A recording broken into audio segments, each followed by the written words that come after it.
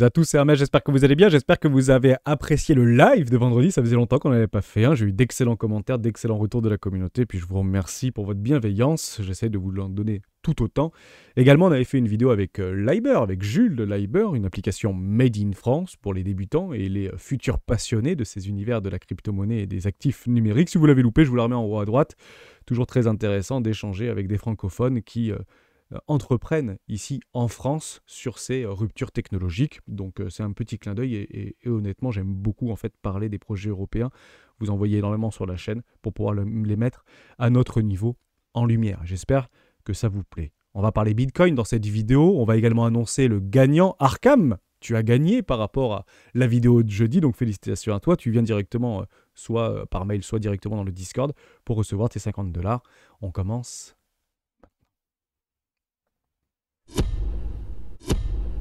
Avant de commencer, je vous invite toujours à rejoindre le Discord des rois du marché. Actuellement, nous sommes en giveaway. Vous avez la possibilité de passer par mon lien d'affiliation pour recevoir 25 USDT en spot directement via BitGet, le partenaire que nous avions référencé il y a à peu près 2 mois de cela.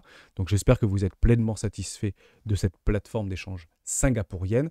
Il est vrai que j'ai beaucoup de commentaires pour dire « Oh là là, ces influenceurs avec les liens d'affiliation, etc. » On fera une vidéo dédiée par rapport à ça, dans ces idées de comment percevoir la valeur, comment capter la valeur et comment émettre de la valeur.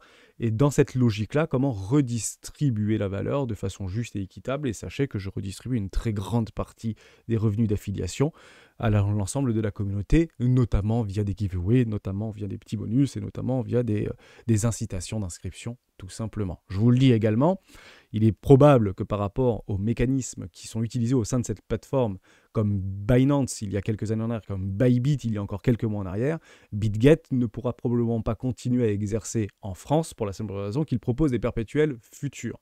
Donc ça ne veut pas dire que les Français ou les francophones, donc amis belges, amis canadiens ou suisses, ne pourront plus accéder à la plateforme. Ça veut tout simplement dire que les KYC seront bloqués par rapport à la volonté de l'Europe, tout simplement. Donc ce n'est pas une mauvaise chose, puisque les contrats futurs sont des produits dangereux, à risque, généralement plutôt dirigés pour des traders amateurs expérimentés, avisés, avérés, avec une certaine expérience.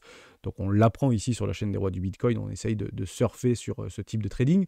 Néanmoins, ce n'est pas le gros, si vous voulez, de ce qu'on peut apporter au sein de la communauté. Mais ça ne veut pas dire que ça n'existe pas et ça ne veut pas dire qu'il n'y a pas d'utilisation qu'on puisse faire par rapport à ces contrats à terme ou contrats options, notamment vis-à-vis du hedging ou de hedger des positions ou pouvoir couvrir des portefeuilles d'investissement. Et d'ailleurs, vous avez des vidéos pédagogiques à ce titre-là. Ça, c'est de la valeur et de la redistribution de valeur. En revanche, il y a aussi des dons de valeur. Et là, on passe à la stratégie des 4 rois. N'hésitez pas à l'utiliser, vous en imprégnez, vous en inspirez. Elle est téléchargeable gratuitement directement sur le Discord. Moi, je l'utilise depuis plusieurs années et vous êtes aussi extrêmement nombreux aujourd'hui. Elle a été téléchargée plus de 13 000 fois à l'utiliser, à vous en inspirer. Et j'ai d'excellents retours de l'ensemble de la communauté par rapport à cette stratégie de risk management. Sans émotion, sans stress, on a le temps chez les rois et on s'inscrit pleinement dans cette logique. Côté Bitcoin, on vient de perdre malheureusement en hebdomadaire ces bears, 64 500$. Donc ce que les bears ne veulent pas le voir à partir de maintenant, ce sont donc des réintégrations. Ce que le bear veut jouer à partir de maintenant, ce sont des accélérations. Il y a donc des setups, notamment de AB égale CD, qui s'ouvrent tout simplement. On peut classer par rapport au précédent mouvement juste ici, AB égale CD, setup de continuation. On viendrait potentiellement visiter les 54 000$ environ, très proche en premier arrêt. On viendrait travailler une trend haussière sur des prises de TP partielles ou totales vis-à-vis de ces chasses à la liquidité. On en avait parlé, c'était jeudi me semble-t-il, par rapport à ces schémas de wake-off, avec un PSI juste ici, avec un BC juste ici, avec un AR juste ici, avec un ST juste ici, et un saut potentiellement. Beaucoup m'ont dit, c'est pas dit que le saut soit confirmé. C'est vrai qu'il y a plutôt de l'incitation à l'achat. Vous avez raison, on aurait pu aller chercher la liquidité beaucoup plus profondément et on n'a jamais en fait parti chercher en fait ces 59 010$ qui aurait pu éventuellement nous donner une forme d'accélération pour que les whales puissent capturer cette liquidité-là et rajouter des longs. Or, ce n'est pas réellement ce qu'on voit. On voit plutôt une forme d'incitation par rapport à des contrats futurs ouverts au niveau des open interest sur cette petite remontée, mais non pas ici. Et il est vrai qu'on peut avoir une nouvelle jambe baissière pour aller chercher un saut et le confirmer. Dès lors, vous savez, chez les rois, on joue des trades dans des ranges sur des trends. Et à ce moment-là, mettons des trends. À quel moment on peut se dire, ok, on est reparti dans des flux haussiers de façon assez, comment on pourrait dire ça, avant-gardiste, en avance. C'est pas compliqué, vous tracez les biseaux, vous allez chercher ces biseaux, à quel point c'est chirurgical, une touchette, deux touchettes, potentiellement trois touchettes, voire une déviation. On est ici dans un canal descendant. Si on vient à travailler au-dessus de cette trendline baissière, à ce moment-là, accélération bien évidemment, sans pour autant attendre les ATH, puisque généralement c'est ici où les émotions seront les plus palpables. Vous savez, généralement, c'est toujours la même chose. On vend quand c'est bas, on achète quand c'est haut. Or, on n'attend pas les confirmations et on ne joue pas les accélérations. Et ces accélérations ne se jouent pas comme ça. Non, ça, c'est pas comme ça qu'on les joue au niveau des setups. On les joue comme ça. Regardez bien, c'est assez sympa. Voilà. Ça, c'est des bons risques management pour les trades de continuation et pour jouer les accélérations. Ce sont mes setups préférés personnellement. Alors, ça ne veut pas dire que ça marche à chaque fois, mais ça marche régulièrement. Et généralement, c'est catalysé et cantonné par rapport au sentiment de marché. Dès lors, si c'est vraiment bear là-haut, partez du principe qu'il y a des grandes chances que ça continue puisque le flux sont acheteurs, la tendance sont acheteurs, on est rentré dans une phase tendancielle de marché et ça fait bien longtemps qu'on est rentré dans le bull market. Maintenant, c'est toujours la même chose. Si on vient malheureusement à s'échouer ici, si on est extrêmement bullish, partez du principe qu'on va très probablement continuer et pourquoi pas aller visiter ce premier œil de tout le précédent mouvement. Et là, il y a quelque chose qui va peut-être vous surprendre. C'est vis-à-vis de la dominance. Donc, je vais faire de la prédictive, mais si on est en train de travailler ou en train d'observer une forme de rotation de capitaux entre Bitcoin et l'ensemble du cryptoactif, c'est clairement ce qu'on est d'ailleurs en train d'observer vis-à-vis de l'impression des stablecoins. Ça, je vous le montre très régulièrement, mais je pense que c'est extrêmement important. Ici, c'est de l'argent qui se crée et qui rentre dans ce marché-là. Tether, DAI, l'USDC Circle imprime des quantités massives de plusieurs milliards de dollars en stablecoin. C'est qu'à un moment donné, ces Waze-là ont envie, ou l'ensemble des acteurs du marché, des faiseurs de marché, ça peut aussi des retail bien évidemment, sont en attente, soit sont en train d'acheter massivement des crypto-monnaies, et particulièrement du Bitcoin. Donc tant que ça monte, c'est qu'à un moment donné, on est plutôt dans une optique de hausse et de tendance haussière et d'accélération haussière, plutôt que de baisse, jusqu'à preuve du contraire.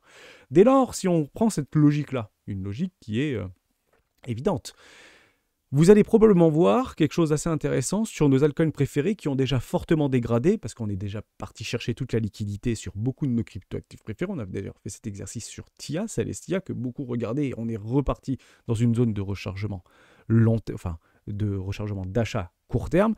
Et vous allez très probablement voir qu'on n'ira pas faire de nouveaux lots sur nos cryptoactifs préférés, en tout cas sur beaucoup de nos cryptoactifs préférés qui ont déjà et qui sont déjà partis chercher la liquidité qui s'y trouvait.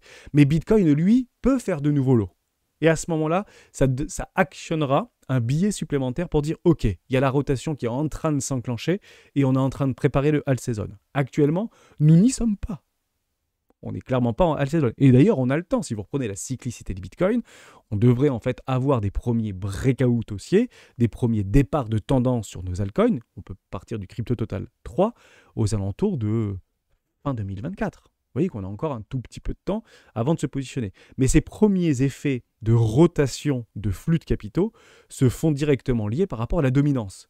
Et cette dominance, on est potentiellement en train d'essayer, ou en tout cas de tenter, de la dégrader. Donc on est encore extrêmement haut, c'est extrêmement haut aussi du côté du Bitcoin, c'est Bitcoin in the king, il n'y a pas de problème, mais partez du principe que les rotations se font de façon extrêmement violente sur ce marché des cryptoactifs. Dès lors, on pourrait imaginer, alors je fais de la prédictive, ça peut être tout et n'importe quoi. On peut très bien faire des nouveaux plus hauts et puis après derrière éventuellement recracher. Mais partez du principe que des grosses accélérations comme celui, peut être éventuellement un signe indicateur de rotation, en tout cas de tentative de rotation. Dès lors, beaucoup de capitaux ne vont pas forcément majoritairement s'allouer dans Bitcoin, mais plutôt dans Ethereum et dans l'ensemble, notamment du top 20 des cryptos total, puis après les cryptos un peu plus exotiques, tout simplement. Voilà, vous l'avez, je vous dis pas plus par rapport à ça, mais côté wake-off, est-ce qu'on a pris notre saut ? À partir du principe que ce sera encore une fois une opportunité, et on a les yeux sur ce premier arrêt, mais pour l'instant, rien n'est fait, rien n'est dit, il n'y a aucune prédictive, on est toujours dans un range, on a peur dans un bas de range, c'est tout à fait normal, l'objectif, c'est de se positionner pour les range traders, donc tous les autres, vous n'avez strictement rien à faire. Et attention par rapport à des potentielles accélérations de AB égale CD, il faut plutôt attendre des tout petits rebonds pour éventuellement essayer de se positionner pour ne pas casser les précédents lots. les précédents highs ici pour bien continuer cette petite dynamique baissière sur des petites time frames. Je vais passer en 4 heures, on le verra beaucoup mieux. Hein, vous voyez que depuis qu'on avait attaqué ce précédent low, juste ici, les bears avaient repris ce momentum. On avait cassé la trendline juste ici, on avait repris le momentum. Dès lors, attendez ces cassures de trendline. Je vous en montre une également. Je vais tout effacer, puisqu'on voit bien que actuellement les bears tentent de reprendre le momentum, et ils ont d'ailleurs bien raison d'essayer de le faire. Je vais tout effacer, on va le revoir de façon beaucoup plus lisible, juste ici. Voilà, vous avez une première trendline. Tant qu'on ne la casse pas, bah, ma foi, il y a une forme de lourdeur au niveau de ce Bitcoin actuellement. Et vous avez des deuxièmes trendlines qui sont en train de se mettre en place, puis une troisième trendline qui est en train de se mettre en place. Donc vous voyez que le marché est de plus en plus lourd, si vous voulez. Bah, dès lors, attendez ces cassures, étape par étape. Hein. Première cassure, puis éventuellement les trendlines font office de support, puis cassent les résistances, puis support, et on vient chercher le précédent high juste ici, et on tente de redynamiser. Donc nous, qu'est-ce qu'on achète? On achète les creux, hein. Quels que soient les time frames, hein, que vous soyez en 5 minutes, que vous soyez en horaire, que vous soyez en daily, que vous soyez en hebdomadaire, que vous soyez en ce que vous voulez, achetez les creux. Hein. Les creux, ils se font généralement sur des trendlines, tout simplement. Donc breakout de trendline, confirmation, émotion, confirmation, acceptation, petit pullback derrière qui crée le creux, et l'objectif c'est d'aller chercher des setups tout simplement. Donc ça c'est extrêmement important de le voir. Et c'est exactement pareil que si on venait à se dégrader beaucoup plus franchement. On n'achète pas les couteaux qui tombent, ça sert strictement à rien. Attendez des formes de latéralisation et jouez éventuellement les réintégrations. Et vous le verrez bien évidemment par rapport aux order flow, par rapport au flux, pas forcément par rapport au sentiment, mais on le voit très très bien notamment de ce côté-là. Puisque, aussi bien de le dire, mais actuellement, on est boule et il faut rester boule dans ce marché aussi, bien évidemment. On a beaucoup d'indicateurs qui nous expliquent qu'on est dans une bonne position pour éventuellement aller visiter le haut du range. Des fundings négatifs, on a fortement dégradé les open interest, on est en train de dégrader au niveau du sentiment, on le voit d'ailleurs très bien du côté du Fear and Greed, on est à 65-67 ici, donc on peut être dans une bonne situation pour aller éventuellement tenter de retourner ce marché. Ouais, mais il faudra que ce soit catalysé. Alors, est-ce que le fait d'avoir les ETF au comptant, notamment du côté de Hong Kong, qui sera, pour ma part, je vous le redis, hein, pas forcément aussi puissant que ce que l'a pu être du côté américain. Mais encore une fois, c'est quelque chose qui est très personnel. Je me suis trompé une fois, je peux me tromper une deuxième fois du côté asiatique. Mais on le verra arriver, et à ce moment-là, il n'y aura plus besoin de se poser de questions, on va déloger les bears. Et les bears, ils se trouvent beaucoup plus haut, hein, aux alentours des 77 000 $, on l'avait déjà vu ensemble. Ça ne veut pas dire d'ailleurs qu'on ira faire de nouveaux plus haut, mais techniquement, 77 000 $, c'est déjà un bon point pour éventuellement essayer de sortir sur nos setups si vous êtes toujours en long actuellement. Bah, partez du principe, de façon extrêmement claire et limpide, que c'est pas forcément en fait une mauvaise chose de pouvoir attendre doucement mais sûrement une forme de réintégration, plutôt que de vouloir absolument acheter ce couteau qui tombe. Quels que soient les catalyseurs, quel que soit tout ça bien évidemment. Hein, c'est très très important. La liquidité se trouve plus bas, et ça on le sait, comme ça je continue mon idée par rapport à ici. D'ailleurs c'est exactement ce qu'on est en train d'observer, et c'est pas forcément ce qu'on a envie de voir, c'est que dès que le cours perd ses petits lots sur des toutes petites time frames, il y a des ordres en fait qui s'empilent, des ordres de longue ici qui s'empilent. Et donc c'est tout simplement considéré comme une espèce d'aimant, un aspirateur si vous voulez à court. Si on le reprend avec une time frame un tout petit peu plus importante, oui, vous avez de la liquidité au nord, bien évidemment, mais vous avez encore beaucoup de liquidité qu'on peut éventuellement aller chercher, telle une accélération baissière, et c'est assez facile de le faire pour pouvoir en fait mettre un maximum de personnes du mauvais côté du trend, tout simplement. En tout cas, du trade également. Ça veut dire que, oh là là, ça baisse, donc c'est baissier, donc je vends et je capitule, bien évidemment. Non, il faut utiliser ces accélérations pour pouvoir se positionner dans l'optique d'une réintégration, et on attend bien ces réintégrations pour pouvoir se positionner. Voilà, j'espère que je vous ai aidé. On a fait des biseaux, on a fait du 4 heures, on a fait du daily, on a fait de l'hebdomadaire. On peut même faire exactement le même exercice sur Ethereum. Ethereum n'est clairement pas différent. On perd en fait cette trendline ici, on vient chercher un premier arrêt de tout le précédent mouvement, et vous avez exactement le même phénomène avec une forme peut-être d'accélération un peu plus forte, mais vous avez clairement ce biseau-là. Voilà, je vais bien le prendre de façon la plus claire possible et la plus exacte possible. Voilà, on peut le prendre un peu comme ça. Ah non, c'était pas vraiment comme ça qu'on voulait le prendre. Bon bref, vous avez compris un petit peu l'idée. Attendez tout simplement, si on doit avoir un momentum qui repart, hop, le breakout ici. Donc émotion, confirmation, le petit pullback, et on attendra tout simplement, malheureusement, de venir chasser tous les longs qui se sont positionnés. Dès lors, vous comprenez bien que c'est plus intéressant d'aller d'abord chercher les longues, éventuellement une mèche, réintégration, et après, derrière, on joue les accélérations pour un risque management beaucoup mieux maîtrisé évidemment. Mais clairement, attendez ça. Hein, on attend bien sûr des cassures de trend si on veut éventuellement se positionner et partir du principe que, et c'est très souvent comme ça sur les cryptos, c'est que Bitcoin et Ethereum, surtout Bitcoin, est en avance par rapport à Ethereum et Ethereum est en avance par rapport au reste du marché. Donc quand vous voyez des breakouts sur Bitcoin et Ethereum avec des acceptations dans une forme de consolidation au-dessus des trendlines, donc au-dessus résistance, on tente de casser les résistances, c'est à ce moment-là qu'on essaie de se positionner sur notre altcoin préféré. Actuellement, c'est peut-être pas la meilleure idée. Hein, c'est peut-être un tout petit peu trop prémédité et prématuré. On fait un tout petit tour au niveau du Crypto Total 3, puisqu'il y avait exactement les mêmes choses qui étaient en train de se mettre en place. Alors, je ne sais pas si c'est sur cette trendline. Non, c'est sur cette charte-là plutôt. Au niveau du Crypto Total tout court, on voit très très bien, en fait, si on prend une fractale d'antan, que lorsqu'on avait breaké, en fait, juste ici les trendlines, donc on ne le temporalise pas. On s'en fiche que ce soit 3 mois avant, 6 mois après, 3 mois après, on s'en fiche. Les grandes time frames et les grandes temporalisations de Bitcoin vis-à-vis de la cyclicité se font sur des points bas et sur des points hauts, sur des idées de bottom et sur des idées de top. Par exemple, on avait plusieurs mois en avance dit le bottom sera, alors on avait dit 12 500 $, en tout cas je m'étais éventuellement pris parti pour les 12 500 $, on n'y est pas allé si loin que ça en novembre 2022, et on l'avait dit 6 à 8 mois avant. Là, je vous dis exactement la même chose. Les tops générationnels de Bitcoin, dans la temporalité, seraient aux alentours de l'été 2025. Voilà. Donc, ce sera août-septembre, fin septembre 2025. Notez-le dans votre agenda. Beaucoup l'ont fait. On en rigolera à ce moment-là. Et je le dis très souvent, c'est pas forcément différent. Dès lors, cette temporalisation et l'idée de timer le marché dans des timeframes plus petites est bien évidemment beaucoup plus hasardeux.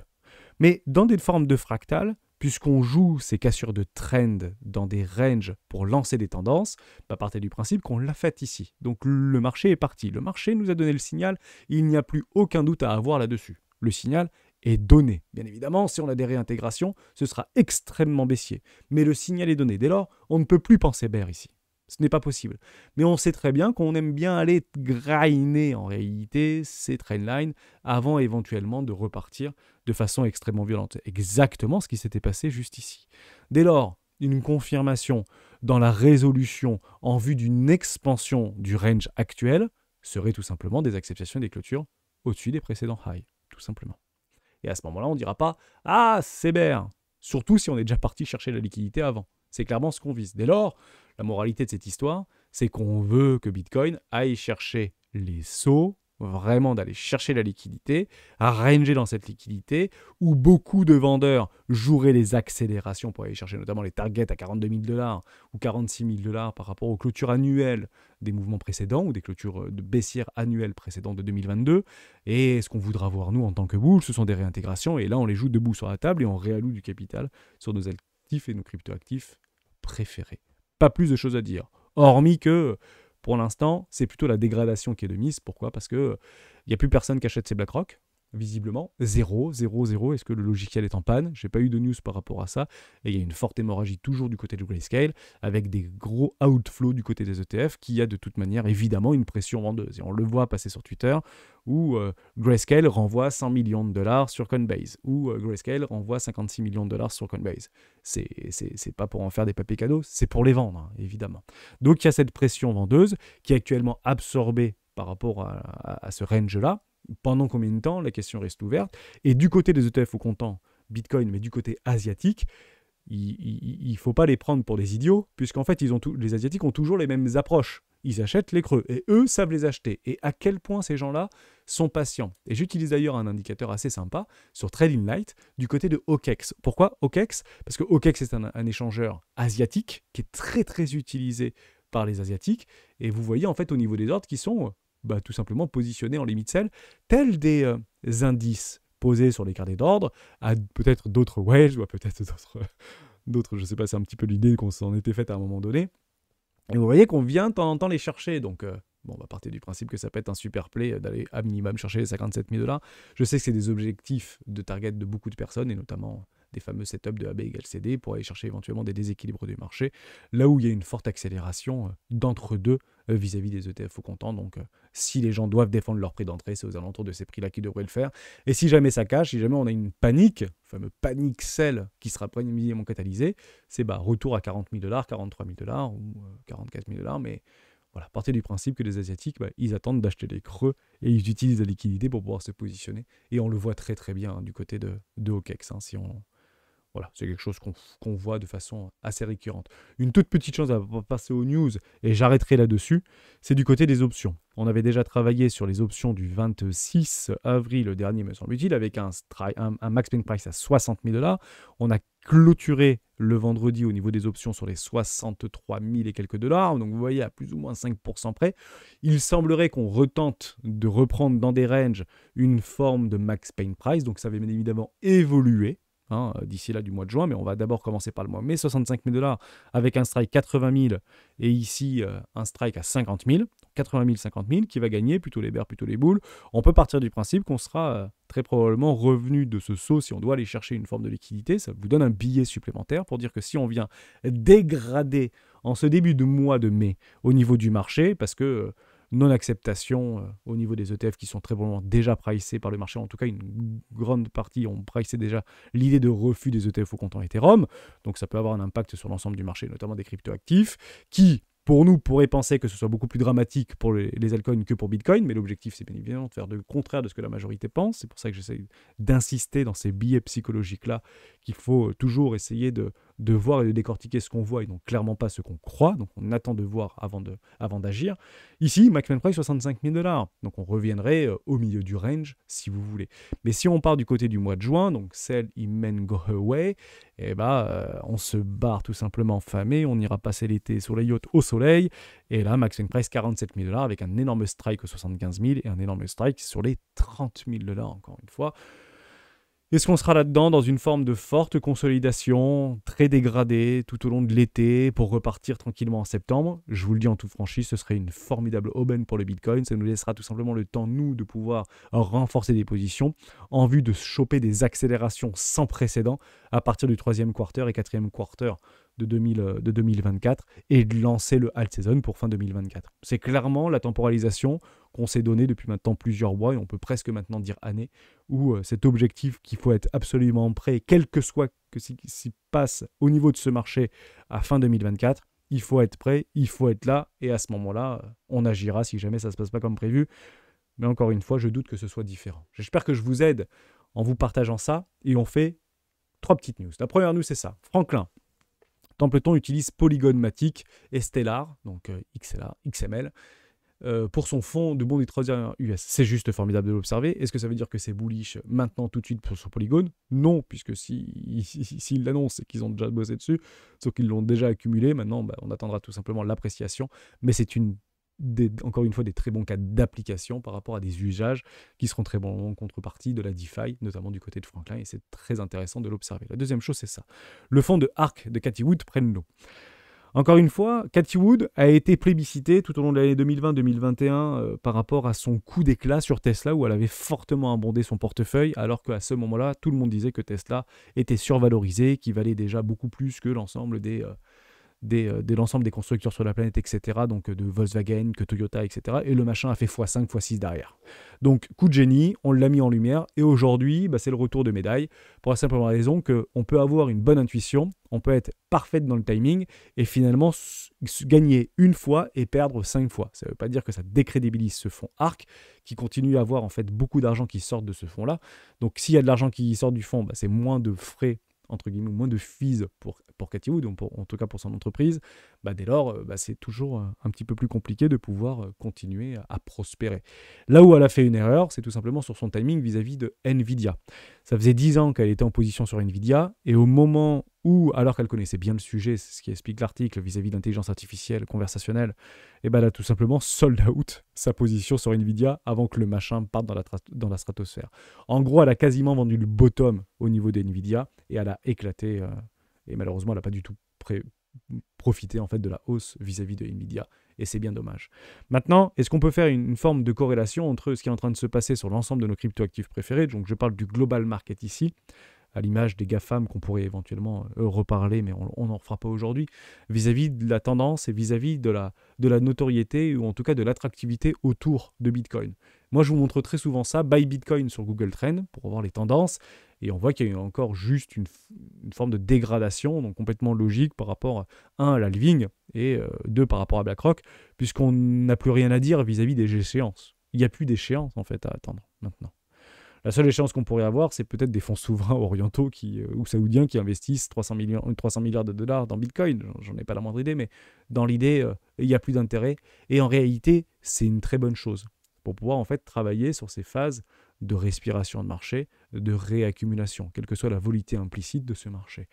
Il y a 2 petites choses que je voulais vous montrer, peut-être pour vous redonner une idée une vision d'ampleur, une vision plus long terme par rapport à ce qui nous attend. Et encore une fois, on est au bon moment, au bon endroit, dans des très bonnes conditions de marché, puisque les tendances ont été activées à partir de maintenant. Je vous remonte les chiffres du web et des réseaux sociaux. Ça date de juin 2023. Et aujourd'hui, on compte près de 2 milliards. C'est le nombre de sites web présents sur la toile en fin 2022. 2 milliards. Et on estime à 200 millions le nombre réellement de sites internet qui sont actifs. Ok. Si on fait un petit tour du côté des applications, au niveau des applications mobiles, toujours en forte hausse par rapport à l'adoption du smartphone notamment. En 2023, Google Play représente pas moins de 63% des parts de marché, 36% pour iOS. Et Google Play propose 3 millions d'applications mobiles à télécharger. On estime qu'en 2023, le store de célèbres moteurs de recherche a engendré près de 45 milliards de dollars contre 42 milliards de dollars en 2022. C'est bullish du côté des applicatifs. En gros, on se le résume assez simplement, il y a plus de 50 millions d'applications disponibles sur les App Store ou sur l'Apple Store. 50 millions. Okay. Est-ce que vous savez combien il y a à peu près de crypto-monnaies aujourd'hui qui sont disponibles de façon où il y a une activité derrière? On parle de 25 000. Donc on est en train de comparer, et puisque l'objectif des technologies blockchain, c'est de recréer l'Internet du demain.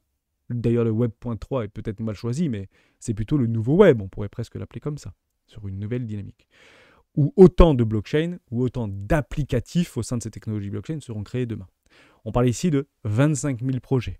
Applicatifs, utility token, privacy coin, gouvernance, peu importe. 25 000. Il y en a beaucoup plus, mais on va bien évidemment pas les prendre en considération puisqu'il y a énormément d'arnaques. Donc on peut partir du principe qu'aujourd'hui, il y a à peu près 25 000 projets qui sont vivables. J'ai même pas envie de dire viable, je dis vivable. En tout cas, qui vivotent, si vous voulez. Entre le développeur unique et les plus grosses sociétés type Consensus, notamment. Ce qui est intéressant, c'est ce décalage. C'est juste pour essayer de vous mettre dans cet état d'esprit-là par rapport à un décalage assez violent qui pourrait arriver et qui est propre aux crypto-monnaies. On estime, et notamment vis-à-vis de WillyWoo, qu'il y a à peu près 500 millions d'utilisateurs aujourd'hui qui détiennent ou qui utilisent ou qui interagissent, qui sont actifs plus ou moins de façon récurrente sur les technologies blockchain. 500 millions de personnes. On pense, et par rapport à ce travail qu'il nous a proposé, à 1 milliard d'utilisateurs actifs qui interagissent avec les technologies blockchain d'ici fin 2025. Ok. Mais si on va un tout petit peu plus loin, il faut prendre tout simplement la croissance au niveau d'Internet à ce moment-là. Regardez bien. Entre 1993 et 2002, on est passé de 30 personnes à 553 millions de personnes qui utilisaient Internet. 2000-2002. On va dire 500 millions de personnes pour les années 2000. Donc si aujourd'hui on est à peu près 500 millions à utiliser ces technologies blockchain, à partir du principe qu'on est en train potentiellement de construire la bulle des blockchains. En vue en fait d'avoir cette rotation et cette transition entre les early, les institutionnels et la masse adoption. Et on est en train de créer cette masse adoption actuellement. Je finirai sur une dernière chose, je ne sais pas si je l'avais noté. Non, je ne l'avais pas forcément noté. Bon, j'ai perdu le fil, mais dans l'idée, vous avez compris l'objectif de ça. C'est qu'on est clairement aux prémices d'une adoption extrêmement facile, d'une forme de décalage, et le décalage ne se voit pas forcément dans la valeur, mais se voit surtout dans les prix. Et les prix vont très probablement, très fortement se décaler dans les prochains mois. Si on valide ça. Ah, si, je me rappelle de ce que je voulais vous dire. Bon, la vidéo sera finalement un peu longue, mais c'est pas très grave. Vous prenez exactement ce même cas de figure et vous pouvez comparer par exemple Coinbase et Facebook. Si vous comparez Coinbase et Facebook par rapport à la cyclicité de l'adoption vis-à-vis de Facebook, donc Meta, alors je vais mettre Meta, ce sera beaucoup plus simple, juste ici, regardez, Meta, et on va le comparer à Coinbase. Vous allez voir, c'est assez fou. Prenez du principe que Lors de la création de Facebook, donc Meta, c'était en 2009, me semble-t-il, vous aviez à peu près 2 millions d'utilisateurs, puis rapidement 100 millions d'utilisateurs en 2008, puis ici 300 millions d'utilisateurs en 2010, puis 1 milliard d'utilisateurs en 2013. Introduction en bourse de Facebook, de Meta, en 2012. Valorisé 100 milliards de dollars. 100 milliards de dollars. Et derrière, 1,5 milliard, 2 milliards, et puis aujourd'hui 3 milliards, malgré éventuellement la petite baisse par rapport à ce magnifique nettoyage du côté de Meta. Je l'ai loupé personnellement, mais honnêtement, on aurait pu y aller. C'était trop beau pour être vrai par rapport au cas échéant. Mais si je vous l'ai pris ici, je vous ai exactement reproduit le graphique de Bitcoin, non pas par rapport à sa légitimité, mais par rapport à son accessibilité. Partez du principe que les crypto-monnaies dans lesquelles on investit aujourd'hui ne nous sommes pas destinés directement, nous, en tant que retail. C'est plutôt destiné à des VC, tout simplement, à de la smart money ou à des banques d'investissement, etc., ou des fonds d'investissement. Mais on a la chance de pouvoir éventuellement s'y essayer, dès lors, avec le risque qui est tout simplement corrélé.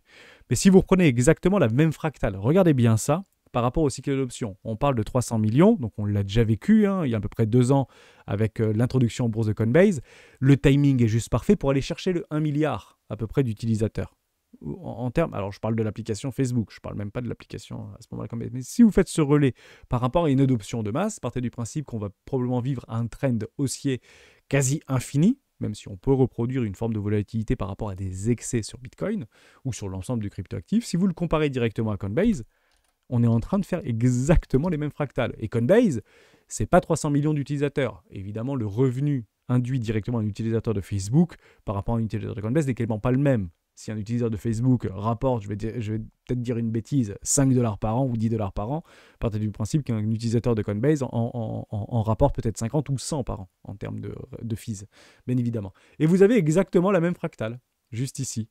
Vous aviez été introduit en bourse du côté de Coinbase à 100 milliards de dollars, avec 10 fois moins d'utilisateurs, même si c'est 10 fois plus valorisé à ce moment-là. On est parti chercher le désespoir et on est en train de créer une magnifique trend haussière pour pourquoi pas aller nous chercher de nouveaux sommets.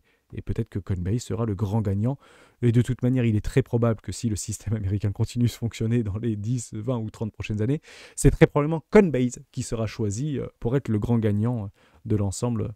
Enfin, le plus gros échangeur mondial, ce sera très probablement Coinbase. En tout cas, tout est fait aujourd'hui pour que ce le soit. Dès lors, je vous en parle.